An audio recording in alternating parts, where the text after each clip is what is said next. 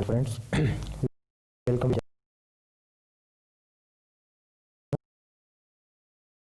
HECP, Health Education and Community Pharmacy से, in which first we are discussing shock. Shock, it is defined as condition where the tissue in the body don't receive enough oxygen, allows the cell functions properly, which leads to cell injury and finally organ failure. आखिर में organ failure हो जाता है जिससे body proper function नहीं कर पाती और शॉक लगता है बॉडी में. There are certain kind of shock. First, hypovolemic shock caused by severe blood loss and fluid loss in the body, जिसमें खून की मात्रा कम हो जाती है जिससे बॉडी को शॉक लगता है. Second, cardiogenic shock. It occurs when the heart is damage leads to cardiac arrest और कार्डियक फेलियर, जिसमें हार्ट प्रॉपर फंक्शन नहीं कर पाता और कार्डियक शॉक लगता है. Third is septic shock. It is result from bacterial growth leads to toxic blood, example pneumonia, जिसमें खून टॉक्सिक हो जाता है और बॉडी को शॉक लगता है और अचानक से बॉडी कमज़ोर हो जाती है और बीमारी होती है. And fourth is anaphylactic shock, means in allergy. It is a type of severe allergic और हाइपर सेंसिटिविटी शॉक, जिसमें बॉडी को किसी भी तरीके से एलर्जी हो सकती है, जैसे मान लो कोई एलर्जेंस, पोल्यूशन, डस्ट और कोई भी चीज़ से, जैसे मान लो अस्थमा डस्ट से होता है, धूल के कणों से होता है. And final, neurogenic spinal cord injury leads to failure of sympathetic nervous system, जिसमें हमारी स्पाइनल कॉर्ड डैमेज हो जाती है और न्यूरोजेनिक शॉक लगता है जिससे बॉडी के इंपॉर्टेंट फंक्शन वर्क नहीं करते. Second part, burns are injury that to the tissue caused by heat, fire, electricity, radiation और केमिकल. किसी भी प्रकार से बर्न हो सकता है या बॉडी जल सकती है. बर्न दो टाइप के होते हैं. First is superficial burn, means ऊपर से जलना.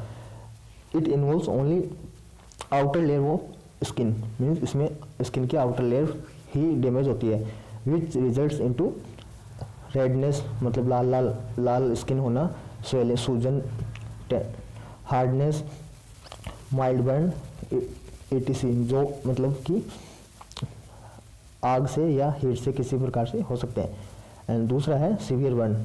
इसमें दो टाइप के बर्न है. एक first degree burn, means cause redness, swelling and pain, मतलब स्लाइट पेन होता है. And second degree burn causes serious damage to tissue having blisters, मतलब लाल छाले हो जाते हैं. एंड तीसरा है third degree burn, most harmful with no pain due to nerve ending damage, जिसमें स्किन की नर्व एंडिंग डैमेज हो जाती है जिससे बॉडी को पैरालिसिस जैसी कंडीशन हो जाती है. एग्जाम्पल, फर्स्ट डिग्री बर्न जिसमें मतलब स्किन पे माइल्ड स्वेलिंग आती है, एंड दूसरा है सेकेंड डिग्री बर्न जिसमें स्किन पे छाले हो जाते हैं और स्वेलिंग आती है और रेडनेस, पेन वगैरह होता है. तीसरा है थर्ड डिग्री बर्न जिसमें बॉडी के टिश्यू डैमेज हो जाते हैं. ठीक. एंड सेकेंड पार्ट है फ्रैक्चर कॉज्ड बाय ब्रेकिंग और destruction in the body due to any reason. It can be harmful as leads to death और safe in many conditions. It may be treated with medical care and can be easily recovered. मतलब किसी भी प्रकार से body में fracture हो जाता है, जैसे मान लो कभी हड्डी टूट जाती है या और भी कारणों से, मतलब किसी खेल वगैरह में या कहीं कोई एक्सीडेंट के कारण फ्रैक्चर हो सकता है. ये भी दो टाइप के हैं. एक है ओपन और कंपाउंड टाइप एंड दूसरा है क्लोज और सिंपल टाइप. इनके सिम्टम है deformity, tenderness, swelling, pain and bleeding. इसके कारण जैसे ट्रॉमा, कोई भी मान लो एक्सीडेंट वगैरह हो जाता हो, इसके कारण भी हो जाता है. And osteoporosis means bone disease, जिसमें हड्डियां कमज़ोर हो जाती है. And over use, common problem in athlete during the physical exercise, मतलब कभी कभी एक्सरसाइज करने के दौरान भी गिरने से कोई हड्डी या कोई मांसपेशी कमज़ोर होकर टूट जाती है। इसकी ट्रीटमेंट फर्स्ट है मेडिकल केयर, एंड दूसरा प्लास्टरिंग व्हेन ब्रोकन बोन, मतलब जब हड्डी टूट जाती है तो उस पर प्लास्टर से भी सही किया जा सकता है। एंड तीसरा है प्रोवाइडिंग फिजिकल सपोर्ट देकर, और लास्ट में मेडिसिन देकर, जिससे पेन और स्वेलिंग वगैरह कम की जा सके। एंड नेक्स्ट पार्ट है स्नेक बाइट मतलब सांप का काटना। जस्ट जब मान लो कोई जहरीला सांप काट दे तो जिसमें in which saliva of snake act as venom, मतलब सांप का जो लार होती है वो जहर की तरह कार्य करते हैं। It is complex mixture of protein and enzyme. सांप के जहर भी कई प्रकार के होते हैं। फर्स्ट न्यूरोटॉक्सिक मीन्स जो block nerve signals like calcium and potassium channel cause muscle paralysis, जो मतलब अपने नर्व को ब्लॉक कर देता है, और कैल्शियम पोटेशियम चैनल्स को ब्लॉक करता है, जैसे मान लो सेल सिग्नलिंग नहीं हो पाती, जिससे कभी कभार मसल पैरालिसिस भी हो जाता है। एंड दूसरा है cytotoxic, destroy body cell condition known as necrosis means cell damage, मतलब शरीर की कोशिका भी खत्म हो जाती है, जिससे शरीर की कोशिका मर जाती है और बॉडी फंक्शन नहीं कर पाती प्रॉपर्ली। एंड तीसरा है haemotoxic, produce cytotoxic effect cause RBC damage means blood की क्लोटिंग वगैरह नहीं हो पाती और इंटरनल ब्लीडिंग होती है, जिससे कि ब्लड हेमरेज हो जाता है। इसका ट्रीटमेंट है डिसइंफेक्टेड द एरिया को डिसइंफेक्टेड करके एंड ब्लड फ्लो को रोक के use antivenom injection, finally antivenom injection देके इसका ट्रीटमेंट किया जा सकता है। These are the known as antidote, antivenom of snake bite और एंटीडोट।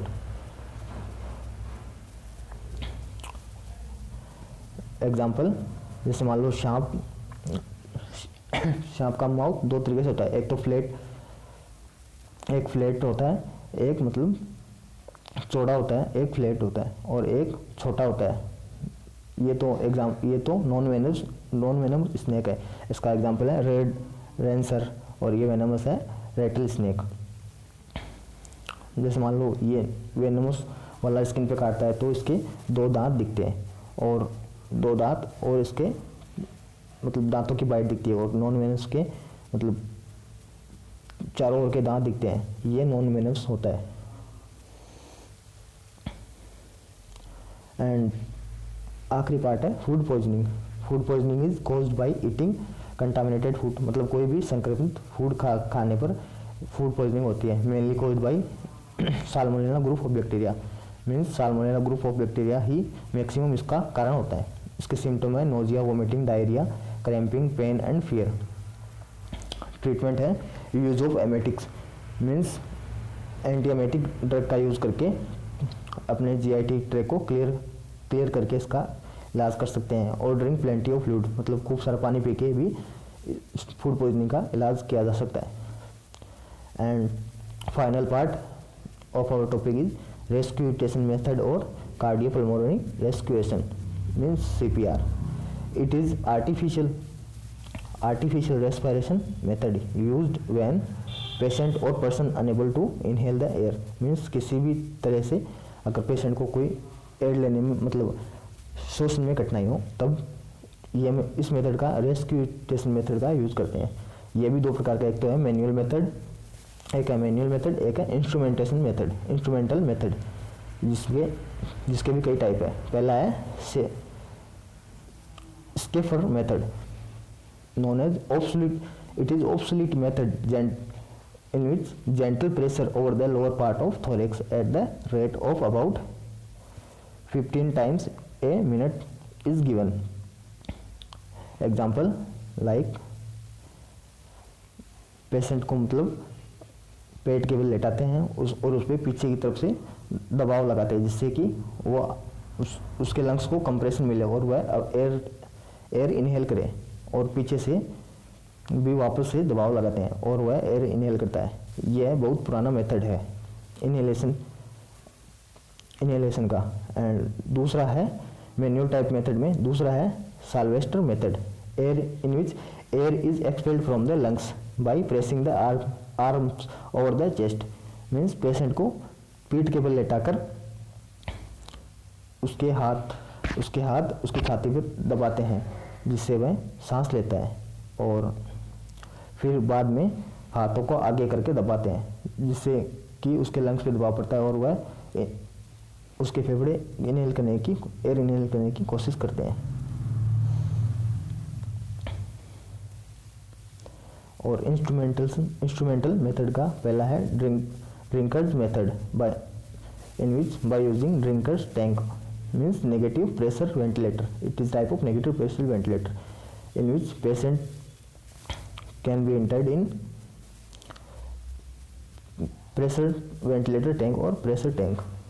एग्जाम्पल, इसमें पेशेंट को इस टैंक के अंदर लेटाया जाता है और एटॉमिक प्रेशर बाहर से दिया जाता है और अंदर की तरफ नेगेटिव प्रेशर होता है जिससे कि उसका चेस्ट एक्सपेंड करता है और वह आसानी से सांस लेता है। दूसरा है Bragg Paul method using intermittent abdominal pressure ventilator. Example, इसमें इस वेंटिलेटर से उसके चेस्ट को मतलब मैकेनिकल कंप्रेशन मिलता है जिससे कि वह आसानी से इनहेल करता है, एयर इनहेल करता है। और अदर टाइप है मैनुअल में होल्जर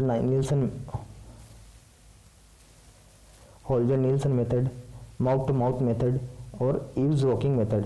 एंड इंस्ट्रूमेंटल में continuous inflation method, intermittent inflation method, tank respirator, resuscitator, force of air through the mask covered on the patient face. The example of Holger-Nielsen method, like patient को पेट के बल लेटाकर उस पर पेट के ऊपर दबाव लगाया जाता है जिससे कि वह आसानी से एयर इनहेल कर सके। और बच्चों में इसका यह तरीका है। और लास्ट एग्जाम्पल है ईव मेथड के अंदर किसी भी तरह का सपोर्ट बनाया जाता है। पहले सपोर्ट बनाकर फिर पेशेंट को स्ट्रेचर पे लेटाकर उसके मतलब कलाइयों को बांध कर उसको एक तरफ झुकाते हैं जिससे कि उसका सारा पानी या जो भी फेफड़ों के अंदर कोई लिक्विड हो वो बाहर आ जाता है। फिर वापस उसे दूसरी तरफ झुकाते हैं जिससे कि वह आसानी से सांस ले सके।